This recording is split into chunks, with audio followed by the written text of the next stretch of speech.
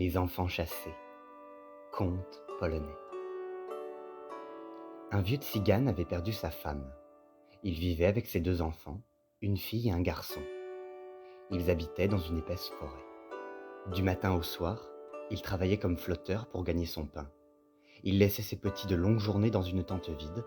Le frère et la sœur grandissaient seuls, comme les animaux de la forêt. Le tzigane voyait que ses enfants n'étaient pas heureux.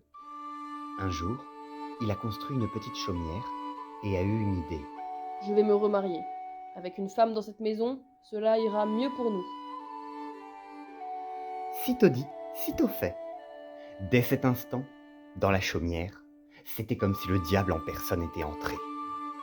À longueur de journée, la nouvelle femme pestait contre les enfants, les battait. Elle disait au tzigane qu'il devait s'en débarrasser. Le tzigane protestait. Il voulait garder ses enfants près de lui. Mais la femme levait les bras au ciel en criant. « Tu vas les chasser! Je ne te demande pas de leur faire du mal, seulement de les conduire dans la forêt et de les y laisser !» Le tzigane était malheureux. Que pouvait-il faire? À force d'entendre sa femme crier, il a finalement cédé. Assez! Je ferai ce que tu demandes. Demain, j'emmènerai les petits dans la forêt et je les y laisserai. Dieu leur viendra en aide. Mais depuis sa chambre, la fillette avait tout entendu. Elle a réveillé son grand frère et lui a tout raconté. Le frère a écouté les paroles de sa sœur, puis a chuchoté à son oreille. « Petite sœur, ne t'inquiète pas, je viens de faire un rêve. Toi et moi, nous arrivions dans une grande cité, nous entrions dans une maison dorée. Toi et moi, nous volions avec la lune, nous galopions sous le soleil. Toi et moi, nous étions heureux avec notre père, nous vivions longtemps sur cette terre. Petite sœur, ne t'inquiète pas, mon rêve se réalisera. » Le garçon s'est rendormi, mais la fillette a pleuré jusqu'à l'aube. Au matin, le tzigane a réveillé ses enfants. Debout! C'est l'heure. Vous venez avec moi dans la forêt. Je m'occuperai des arbres et pendant ce temps, vous ramasserez des fraises. Une fois les enfants levés, le tzigane est allé dans la cuisine et en a rapporté un sachet de cendres. Puis, ils sont partis dans la forêt au-delà des sentiers. Le long du chemin, le tzigane laissait tomber du sachet un mince filet de cendres. Puis, soudainement, ils se sont arrêtés au cœur d'une sombre futaie.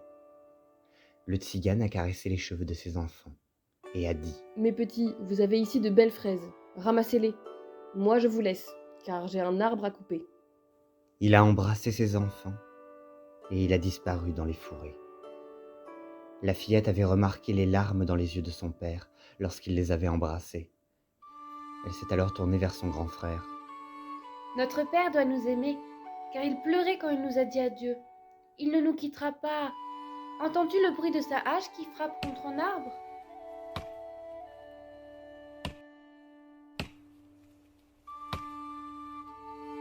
Les enfants ont oublié leurs soucis et ont joué gaiement jusqu'au moment où le soleil s'est couché. Alors, ils se sont dirigés rapidement vers l'endroit d'où venait le bruit de la hache. Ils se sont retrouvés au pied d'un arbre énorme, mais il y avait seulement une hache abandonnée, suspendue par une ficelle à la branche du chêne. Le vent soufflait et la hache se balançait de ci de là en battant contre le tronc. La fillette a alors sangloté. C'est la hache qui nous a trompés. Le garçon a jeté un coup d'œil par terre et a vu dans la lumière de la lune un filet de cendre serpentant sur la mousse. « Petite sœur, regarde la cendre. Elle a dû tomber du sac de notre père. Elle marque le chemin de la maison. Suivons-la et nous pourrons rentrer sans nous égarer. » Sitôt dit, sitôt fait. Il faisait noir quand ils sont arrivés à la maison. Ils ont regardé à l'intérieur et à travers une fente du mur, ils ont aperçu leur père tout triste, devant un dîner intact. Ma femme, je sens que je ne pourrai pas avaler une seule bouchée de ce repas. Si seulement je pouvais le partager avec mes enfants, mes pauvres chéris, affamés et perdus dans une grande forêt. Ils arriveront à se débrouiller. Et pour nous, bon débarras. Un fardeau et 2 bouches à nourrir en moins. À ce moment-là, le garçon a frappé à la porte. « Papa, donne-nous à boire et à manger. Nous avons faim et nous avons soif. » Le vieux tzigane a couru dehors, il a enlacé ses enfants et les a fait entrer. Mais aussitôt, La nouvelle femme a hurlé. Vous voilà revenu, c'est le diable qui vous a mené ici. Les enfants, sans se soucier de ces hurlements, ont mangé leur dîner et sont allés se coucher. Plus tard, la femme a lancé un avertissement aux tziganes. Je ne supporte plus ces gamins. Demain, tu les abandonneras loin dans la forêt. Fais ce que je te dis. Le tzigane a pleuré jusqu'au matin. Mais que pouvait-il faire? À l'aube, il est reparti avec ses enfants dans les bois. Il n'avait plus de cendres. À la place, il a pris un sac avec du millet et l'a semé sur le chemin. Ils se sont enfoncés dans le bois, là où on ne voyait plus le moindre sentier, plus la moindre piste, juste des arbres et des broussailles. Le soir, le tzigane s'est fait remarquer et s'est éloigné des petits. Alors les enfants ont suivi le millet qui les conduisait jusqu'à leur maison. Mais tout à coup, à leur approche, un groupe d'oiseaux s'est envolé. Les oiseaux avaient picoré les grains éparpillés, il ne restait plus aucune trace. Durant une semaine, les enfants ont marché 1 semaine dans cette forêt, 1 semaine sans pouvoir retrouver le chemin de leur maison. Le 7e jour, ils ont découvert une cabane. Ils ont demandé à la vieille femme qui habitait ce logis de les laisser entrer. La vieille femme les a examinés en hochant de la tête de bas en haut. Oh, dommage, dommage. Les enfants, sachez que mon frère est un dragon. Il adore dévorer les humains. S'il vous trouve ici, vous ne ferez pas long feu. Mais je vais vous aider. Elle les a alors cachés sous le lit. Restez tranquilles, comme des souris dans leur trou. Quelques instants plus tard, un fracas terrible a retenti, semblable à un vent furieux soufflant dans les bois. La porte de la cabane s'est ouverte. Un affreux dragon a fait irruption dans la pièce. Ma sœur, viens voir.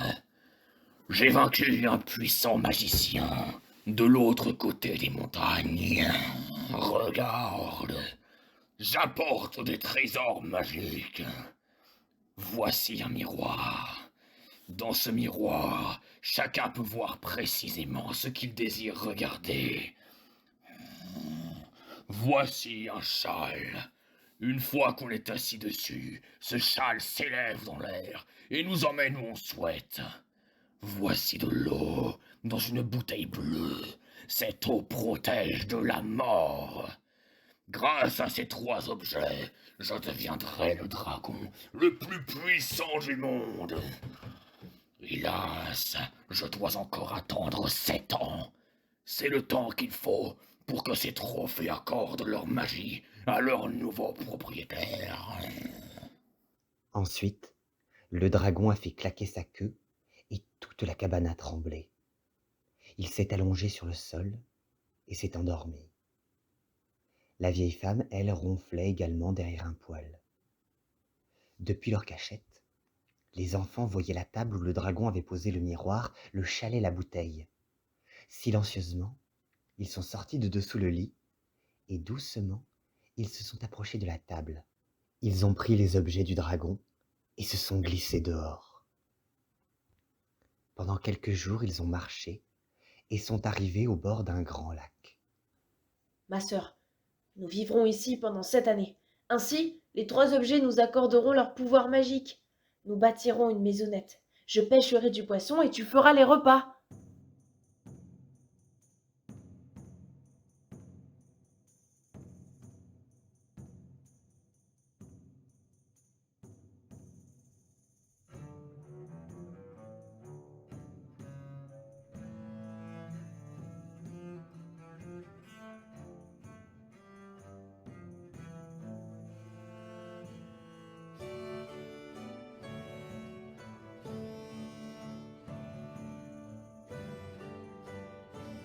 Au bout de ces 7 années, les enfants avaient grandi. Le garçon s'était transformé en jeune homme, la fillette en jeune fille. Ils étaient devenus très beaux et portaient des vêtements confectionnés avec du duvet et des plumes d'oiseaux. Un soir, la jeune fille a dit à son frère qui revenait de la chasse. Cela fait aujourd'hui 7 ans que nous habitons ici. Il faut vérifier si les objets peuvent nous offrir leur pouvoir magique. Elle a alors saisi le miroir entre ses mains et a dit Miroir, montre-nous. Dévoile-nous ce que deviennent notre père et sa mauvaise femme. Ils ont regardé dans la glace, et en moins d'une seconde, une image est apparue. Ils ont vu leur chaumière, leur pauvre père en train de dîner seul. Ils ont vu le cimetière du village, la tombe de la mauvaise femme, et en une seconde, l'image avait disparu. La jeune fille souhaitait s'envoler rapidement avec le châle auprès de leur père afin de le consoler, mais son grand frère désirait regarder une nouvelle fois dans le miroir.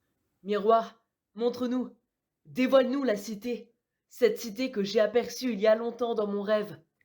Ils ont regardé dans la glace, et en moins d'une seconde, une image est apparue. Ils ont vu une grande cité, et au milieu, une maison dorée. Dans la maison, sur un lit de drap de soie, un roi malade était mourant. Et en moins d'une seconde, l'image avait disparu. Les enfants étaient pressés de revoir leur père, qui leur avait manqué durant tant d'années, mais ils ne pouvaient pas refuser le secours à un mourant.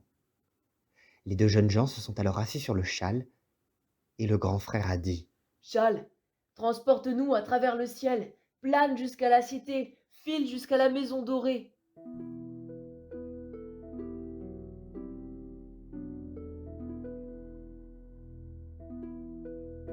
Léger comme un nuage, le châle s'est envolé.